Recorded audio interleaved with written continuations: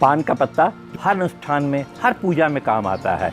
इसको हम घर में लगाएं और घर में इस तरह से बड़ा करें। और एक पौधा मेरे पास है, उससे हम 10वां पौधा कैसे बढ़ाएं। देखिए, हर इसके नोट पे जड़ें निकल जाती हैं बरसात के समय में खासकर।